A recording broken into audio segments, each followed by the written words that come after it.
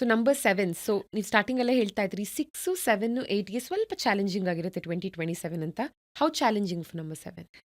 Number 7 more incline towards spirituality ಅಂತ hmm. ಹೇಳ್ಬೋದು. ರಿನೌನ್ಸಿಯೇಷನ್ ಅಂತ ಕೂಡ ಹೇಳ್ಬೋದು. ಅಂದ್ರೆ ನಿರ್ವಾಣ. ಹ್ಮ್. ಏನೂ ಬೇಡಪ್ಪ ನನಗೆ ಸಾಕಾಯ್ತು ಜೀವನ, ಎಲ್ಲ ಬಿಟ್ಬಿಟ್ಟು ಹೋಗ್ಬಿಡ್ತೀನಿ ನಾನು, ಮನೇನೂ ಬೇಡ, ಸಂಸಾರನೂ ಬೇಡ, ಅಪ್ಪ ಅಮ್ಮನಂತೂ ಕೇಳೋದೇ ಬೇಡ ಅಂತ ಹೇಳಿ ಈ ರೀತಿಯಾದಂಥ ಒಂದು ಇಂಪಲ್ಸಿವ್ ಡಿಸಿಷನ್ಸ್ ಜಾಸ್ತಿ ತಗೊಳ್ಳೋಂಥ ಚಾನ್ಸಸ್ ಇರುತ್ತೆ. ಅದಕ್ಕೋಸ್ಕರ 7 ಅದರಲ್ಲೂ ಇದ್ರ ರೂಲಿಂಗ್ ಪ್ಲಾನೆಟ್ ಕೇತು ಆಗಿರುತ್ತೆ. ಹಾಗಾಗಿ ಕೇತು ಅಂತ ಬಂದಾಗ ಆದಷ್ಟು ಸ್ಪಿರಿಚುಯಾಲಿಟಿ ಕಡೆ ನಿಮ್ಮ ಮನಸ್ಸು ಇರ್ಬೋದು, ಬಟ್ ನಿಮ್ಮ ರೆಸ್ಪಾನ್ಸಿಬಿಲಿಟಿಗಳನ್ನ ನೀವು ಬಿಡಬಾರ್ದು.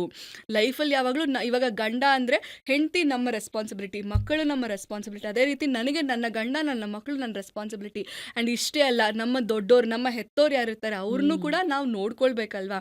ಸೊ ಆ ರೆಸ್ಪಾನ್ಸಿಬಿಲಿಟಿಗಳನ್ನು ಬಿಡದೆ, ಅದು ಯಾವುದರಿಂದನೂ ಓಡ್ ಹೋಗದೆ, ಆ್ಯಂಡ್ ಇದೆಲ್ಲದಕ್ಕಿಂತ ಇನ್ನೂ ಸಿಂಪಲ್ ರೆಸ್ಪಾನ್ಸಿಬಿಲಿಟಿ ಏನಂದರೆ ನಮ್ಮ ಆಫೀಸ್ ಕೆಲಸ.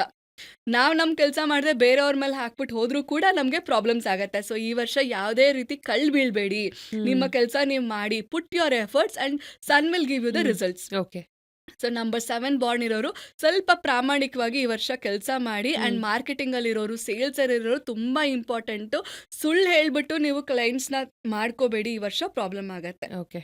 ಆ್ಯಂಡ್ ಇವ್ರಿಗೆ ಬರ್ಬೋದಾದಂಥ ಒಂದು ಹೆಲ್ತ್ ಇಶ್ಯೂ ಅಂದರೆ ಇನ್ಸೋಮ್ನಿಯಾ ಅಥವಾ ಸ್ಲೀಪ್ ಡಿಸಾರ್ಡರ್ಸ್ ಅಂತ ಹೇಳ್ತೀವಿ.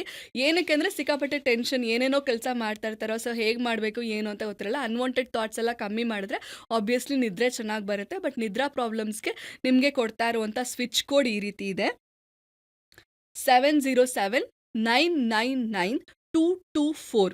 ಈ ಒಂದು ಸ್ವಿಚ್ ಕೋಡ್ನ ನೀವು ಎಲ್ಲಾದರೂ ರಿಪೀಟ್ ಮಾಡಿ, ಅಥವಾ ನಿಮ್ಮ ಬುಕ್ಕಲ್ಲಿ, ಮೊಬೈಲಲ್ಲಿ ಕೂಡ ವಾಲ್ಪೇಪರ್ ಆಗಿ ಇಟ್ಕೊಂಡು ನೀವು ರಿಪೀಟೆಡ್ ಆಗಿ ಯೂಸ್ ಮಾಡಿ ಅಂತ ನಾನು ಹೇಳ್ತೀನಿ.